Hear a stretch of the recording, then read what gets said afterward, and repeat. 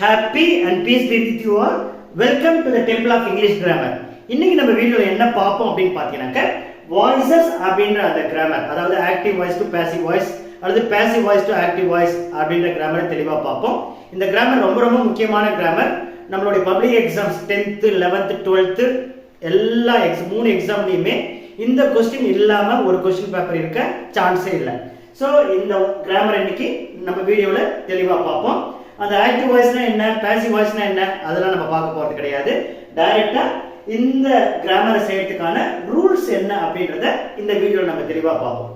So இதுக்கான rules பாருங்க.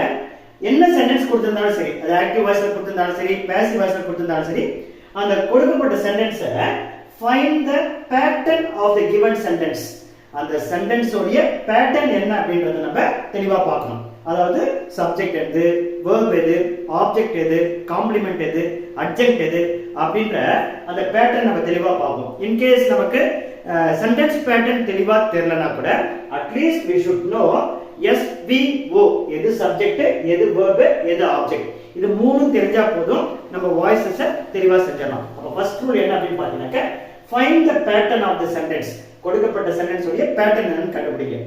அடுத்தது நம்ம கண்டுபிடிச்சதுல சப்ஜெக்ட் கண்டுபிடிச்சிட்டோம் இல்லைங்களா, அந்த சப்ஜெக்ட் என்னவா மாத்த சொல்றாங்கனாக்க ஆப்ஜெக்ட்டா மாத்த சொல்றாங்க. அதாவது சப்ஜெக்ட் எடுத்துட்டு போயிட்டு ஆப்ஜெக்ட்கான இடத்துல வச்சிருங்க அப்படின்றாங்க. அடுத்தது தேர்ட் ரூல் பாருங்க.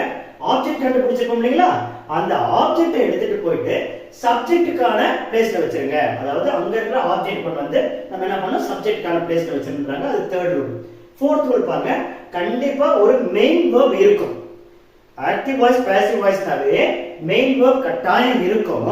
அந்த மெயின் வெர்ப் என்ன பேட்டர்ன்ல இருந்தாலும் சரி, அதாவது வெர்ப் ஓபன் ஃபார்மா இருந்தாலும் சரி, எஸ் ஃபார்மா இருந்தாலும் சரி, ஐஎன்ஜி ஃபார்மா இருந்தாலும் சரி, இடி ஃபார்மா இருந்தாலும் சரி, அதாவது வெர்போடைய ஃபர்ஸ்ட் ஃபார்ம், வெர்போடைய செகண்ட் ஃபார்ம் எல்லாம் எடுத்துட்டு போய் நம்ம என்ன பண்ணணும் அப்படின்னு பாத்தீங்கன்னாக்க வெர்போடைய தேர்ட் ஃபார்மா மாத்தணும். வெர்போடைய தேர்ட் ஃபார்ம்ன்றது என்னது, வெர்போடைய இஎன் ஃபார்ம். சோ என்ன வெர்ப் கொடுத்திருந்தாலும் அந்த வெர்பை நம்ம இஎன் ஃபார்மா மாத்தணும். அது வந்து ஃபோர்த் ரூல். ஃபிஃப்த் ரூல் பாருங்க. add suitable be form. சரிங்களா? சோ கடைசியா நம்ம என்ன பண்ணனும், இதோட எக்ஸ்ட்ரா சேர்க்கணும், ஆட் பண்ணனும். சரிங்களா? சோ be verb, அதாவது am, is, are, was, were, be, being, been அப்படிங்கற 8 be forms சரியான be form எடுத்து அந்த இடத்துல நம்ம என்ன பண்ணனும், பொருத்தம். எனக்கு கிளியரா சொல்லித்தரேன். அடுத்தது add by before object. Subject கொண்டு போய் ஆப்ஜெக்ட்டை வச்சீங்களா, அந்த ஆப்ஜெக்ட்க்கு முன்னால by அப்படிங்கற preposition ஆட் பண்ணனும். யாரால் செய்யப்பட்டது அப்படிங்கற அந்த all அப்படிங்கற அந்த வார்த்தை குறிக்கக்கூடிய by அப்படிங்கற preposition எடுத்து நம்ம என்ன பண்றோம், ப்ளேஸ் பண்றோம். These are the 6 rules governing voices. இப்போ இந்த 6 ரூல்ஸ் அப்ளை பண்ணி ஒரே ஒரு எக்ஸாம்பிள் மட்டும் நான் செய்றேன். சின்ன எக்ஸாம்பிள்.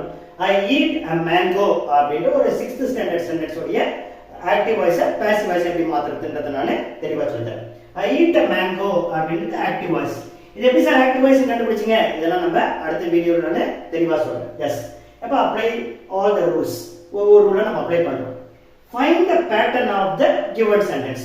இந்த சென்டென்ஸ் உடைய பேட்டர்ன் கண்டுபிடிக்கிறோம். சரிங்களா? சோ நான் எப்பவுமே எதுல போவேனாக்க வெர்ப்ல போவேன். சரிங்களா? ஃபர்ஸ்ட் வெர்பை கண்டுபிடிச்சிடுவேன். வெர்புக்கு முன்னால மேக்ஸिमम என்ன கொடுத்திருப்பாங்க, சப்ஜெக்ட் கொடுத்திருப்பாங்க. சரிங்களா? சோ சப்ஜெக்ட் கண்டுபிடிச்சாச்சு, வெர்ப் கண்டுபிடிச்சாச்சு. I சப்ஜெக்ட், eatன்றது verb. நான் சாப்பிடுகிறேன். என்ன சாப்பிடுகிறாய்? ஒரு சென்டென்ஸ்ல வாட் அப்படிங்கற क्वेश्चनக்கு ஆன்சர் வரும் பொழுது அது என்னவா மாறிடும், ஆப்ஜெக்ட்டா மாறிடும். சரிங்களா? சோ வாட் அப்படிங்கற क्वेश्चन, whom அப்படிங்கற क्वेश्चन ரெண்டுக்கு ஆன்சர் வந்துச்சுனாக்க அது ஆப்ஜெக்ட்.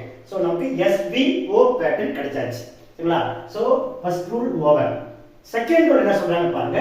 சப்ஜெக்ட் கண்டுபிடிச்சிருக்கோம் இல்லையா, அந்த சப்ஜெக்ட் கொண்டு போய் ஆப்ஜெக்ட்கான இடத்துல வைங்கன்னு சொல்றாங்க. சரிங்களா? சோ இது ஐன்றது சப்ஜெக்ட், அந்த சப்ஜெக்ட் நான் கேரி அவுட் பண்ணி என்ன பண்றேன், ஆப்ஜெக்ட்கான இடத்துல வைக்கிறேன். ஐ ஆப்ஜெக்ட்டா மாறும் பொழுது என்னவா மாறும்னா மீ அப்படிங்கற வார்த்தையா மாறும். சரிங்களா? சோ ஐ அப்படிங்கற பர்சனல் ப்ரோனவுன், மீ அப்படிங்கற வார்த்தையா மாறும். அடுத்தது தேர்ட் ரூல் பாருங்க. ஆப்ஜெக்ட், ஆப்ஜெக்ட் கொண்டு போய் சப்ஜெக்ட்கான இடத்துல வைங்க. எது ஆப்ஜெக்ட், மேங்கோன்றது ஆப்ஜெக்ட். சரிங்களா?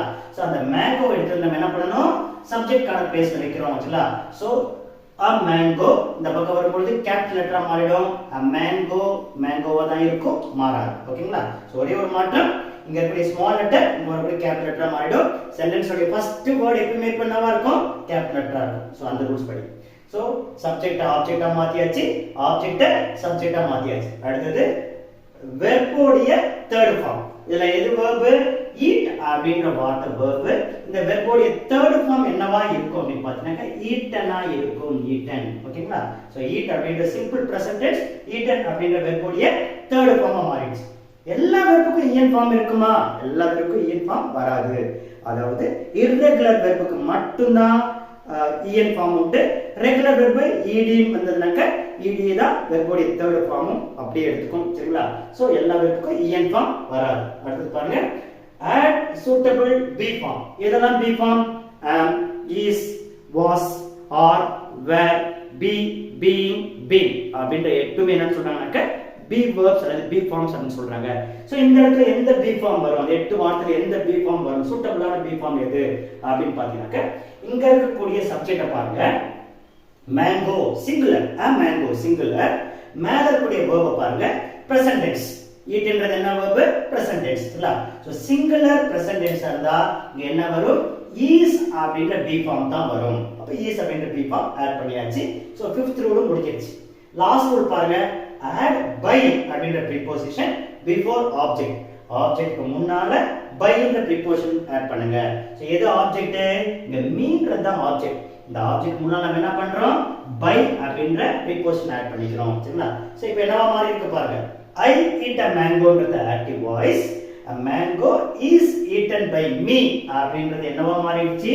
passive voice ஆ மாறிடுச்சு. ஒரு சிம்பிள் எக்ஸாம்பிள் நம்ம ஆரம்பிச்சிருக்கோம். சரிங்களா? சோ இனி வரக்கூடிய அடுத்த வீடியோஸ்ல நம்ம என்ன பார்ப்போம் அப்படின்னு பாத்தீங்க.